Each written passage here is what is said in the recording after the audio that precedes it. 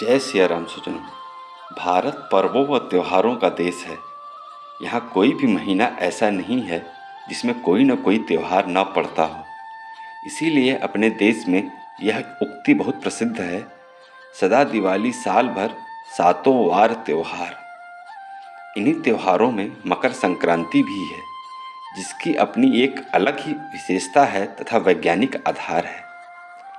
सूर्य के धनु राशि से मकर राशि में प्रवेश करने पर खरमास की भी समाप्ति हो जाती है तथा सभी मांगलिक कार्य शुरू हो जाते हैं। ऐसी धार्मिक मान्यता है कि पिता पुत्र के संबंधों को सुदृढ़ करने के लिए भगवान सूर्यदेव इस दिन अपने पुत्र शनिदेव के घर मिलने जाते हैं। अब चूंकि शनिदेव मकर राशि के स्वामी हैं, इसीलिए इसे मकर संक्रांति के नाम से भी जाना जाता है। संक्रांति का तात्पर्य है सूर्य का राशि परिवर्तन। यह त्यौहार न सिर्फ भारत में बल्कि हमारे कई पड़ोसी देशों में भी अलग अलग नामों से मनाया जाता है। जिस प्रकार माह को दो पक्षों में बांटा गया है, शुक्ल पक्ष और कृष्ण पक्ष, उसी प्रकार वर्ष को भी दो भागों में बांटा गया है, दक्षिणायन व उत्तरायण। मकर संक्रांति से सूर्य की उत्तरायण गति प्रारंभ हो जाती है। इस वर्ष मकर संक्रांति पर्व 15 जनवरी को मनाया जाएगा। सूर्यदेव 14 जनवरी की शाम 8:57 पर धनु राशि से मकर राशि में प्रवेश करेंगे। इसी राशि परिवर्तन को संक्रांति कहते हैं। अब चूंकि रात्रि में स्नान दान का महत्व नहीं है, इसीलिए 15 जनवरी को सूर्योदय के साथ स्नान दान पूजा पाठ के साथ साथ यह त्यौहार भी मनेगा। और हाँ, पतंग भी तो उड़ेगा। अब जब आज ही की तिथि पर भगवान श्री राम ने पतंग उड़ाया था, तो हमें भी तो उसी परंपरा का निर्वाह करना है। कृपया ध्यान दें, सूर्य का मकर राशि में प्रवेश 14 जनवरी 2023 को रात्रि 8:57 पर होगा। इसी वजह से मकर संक्रांति का पुण्यकाल 15 जनवरी 2023 सुबह 7:17 से शाम 5:45 तक रहेगा। मकर संक्रांति का महापुण्यकाल 15 जनवरी 2023 को सुबह 7:17 से सुबह 9 बजे तक है। इसी महापुण्य काल में ही दान पुण्य और स्नान का सर्वाधिक महत्व है। पिछले कुछ वर्षों से यह त्यौहार कभी 14 जनवरी को तो कभी 15 जनवरी को मनाई जा रही है। ऐसा सूर्य की चाल के अनुसार होता है। आने वाले कुछ वर्षों के बाद मकर संक्रांति 14 जनवरी नहीं बल्कि 15 व 16 जनवरी को मनाई जाएगी तथा ज्योतिषीय गणना के अनुसार 5000 वर्षों के पश्चात तो यही त्यौहार लगभग फरवरी के अंत में मनाया जाएगा। आइए एक नज़र डालते हैं इस घटनाक्रम के ज्योतिषीय आकलन पर।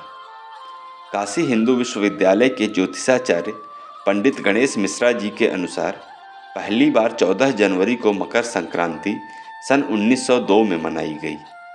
इसके पहले 18वीं सदी में 12 व 13 जनवरी को मकर संक्रांति मनाई जाती थी। स्वामी विवेकानंद जी का जन्म 12 जनवरी 1863 को हुआ था और उनकी कुंडली में सूर्य मकर राशि में थे, अर्थात 1863 में मकर संक्रांति 12 जनवरी को थी। राजा हर्षवर्धन के समय यह पर्व 24 दिसंबर को पड़ा था। मुगल बादशाह अकबर के समय यह त्यौहार 10 जनवरी को था तथा छत्रपति शिवाजी महाराज के शासनकाल में यह त्यौहार 11 जनवरी को था। पहली बार सन 1964 में 15 जनवरी को मकर संक्रांति मनाई गई थी। इसके बाद हर तीसरे साल अधिक मास होने से दूसरे व तीसरे साल 14 जनवरी को तथा चौथे साल 15 जनवरी को मनाई जाने लगी। वर्ष 2077 में आखिरी बार 14 जनवरी को यह पर्व मनाया जाएगा। इसके बाद से यह पर्व 15 व 16 जनवरी को ही पड़ा करेगा। दरअसल प्रत्येक वर्ष सूर्य देव के धनु राशि से मकर राशि में प्रवेश 20 मिनट की देरी से होता है। इस तरह से हर 3 साल बाद सूर्य 1 घंटे तथा 72 वर्षों के बाद 1 दिन के बाद प्रवेश करता है। ज्योतिषीय आकलन के अनुसार सूर्य की गति प्रत्येक वर्ष 20 सेकंड बढ़ रही है। इन्हीं आकलनों के अनुसार यह गणना की गई कि लगभग 1000 वर्ष पहले मकर संक्रांति 1 जनवरी को मनाई गई होगी तथा सूर्य की चाल का अध्ययन करने पर यह अनुमान भी लगाया गया है कि 5000 वर्षों के बाद मकर संक्रांति का त्यौहार फरवरी माह के अंत में मनाया जाएगा। देवी पुराण में संक्रांति काल के बारे में बताया गया है कि स्वस्थ व सुखी व्यक्ति जब एक बार पलक गिराता है तो उसका 30वां भाग तत्पर कहलाता है। तत्पर का 100वां भाग त्रुटि कहा जाता है तथा त्रुटि के 100वें भाग में सूर्य एक राशि से दूसरी राशि में प्रवेश कर जाता है, अर्थात 1 सेकंड से भी कम समय में सूर्य देव राशि परिवर्तन कर लेते हैं। सूर्य देव के राशि परिवर्तन से 2-2 माह में ऋतु बदलती है। मकर संक्रांति एक ऋतु पर्व है। यह 2 ऋतुओं का संधि काल है, अर्थात यह शीत ऋतु के अंत तथा बसंत ऋतु के शुरुआत का प्रतीक है। शीत ऋतु होने के कारण ही मकर संक्रांति को खिचड़ी और तिल गुड़ का सेवन किया जाता है। मकर संक्रांति सूर्य के उत्तरायण होने का पर्व है। महाभारत में पितामह भीष्म ने भी अपना प्राण तब तक नहीं छोड़ा जब तक सूर्य की उत्तरायण स्थिति नहीं आ गई। सूर्य के उत्तरायण का महत्व न सिर्फ गीता के 8वें अध्याय में ही है बल्कि छांदोग्य उपनिषद में भी विस्तृत रूप से बताया गया है। सूर्य के उत्तरायण होने पर दिन बड़ा होने से मनुष्य की कार्य क्षमता में भी वृद्धि होती है, जिससे मानव प्रगति की ओर अग्रसर होता है। प्रकाश में वृद्धि के कारण मनुष्य की शक्ति में भी वृद्धि होती है। सूर्य का मकर रेखा अर्थात ट्रॉपिक ऑफ कैप्रिकॉर्न से उत्तरी कर्क रेखा ट्रॉपिक ऑफ कैंसर की तरफ जाना उत्तरायण कहलाता है तथा कर्क रेखा से दक्षिणी मकर रेखा की तरफ जाना दक्षिणायन होता है। धर्म ग्रंथों के अनुसार उत्तरायण देवताओं का दिन तथा दक्षिणायन देवताओं की रात होती है। वैदिक काल में उत्तरायण को देवयान तथा दक्षिणायन को पितृयान कहा जाता है। सभी 12 संक्रांतियों में मकर संक्रांति का बहुत विशेष महत्व है। शास्त्रों में इस दिन दान पुण्य करने के अलावा कुछ बातों का विशेष ध्यान रखने को भी कहा गया है। मकर संक्रांति के दिन किसी ज़रूरतमंद या अपने निकट के मंदिर के ब्राह्मण को काला तिल, गुड़, घी, काला कंबल तथा खिचड़ी दान करना चाहिए। खिचड़ी नए चावल की ही होनी चाहिए।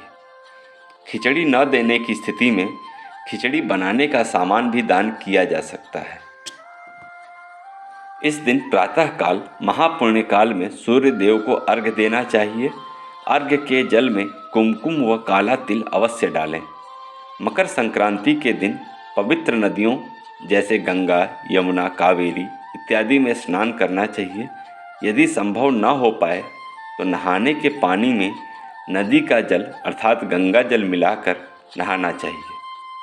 मकर संक्रांति के दिन अपने पूर्वजों के नाम से तर्पण करना चाहिए। इससे घर में पितृदोष नहीं होता है। शास्त्रों में भी बताया गया है कि आज ही के दिन महाराज भागीरथ ने अपने पूर्वजों की शांति के लिए गंगा नदी में तर्पण किया था। मकर संक्रांति के दिन भूलकर भी गरीबों का अपमान न करें, किसी भी प्रकार का तामसिक भोजन न करें और साथ ही साथ शराब का भी सेवन न करें।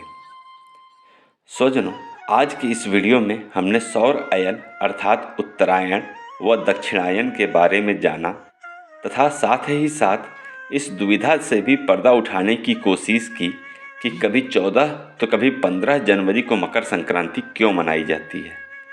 साथ ही साथ मकर संक्रांति पर क्या करें व क्या न करें पर भी प्रकाश डाला।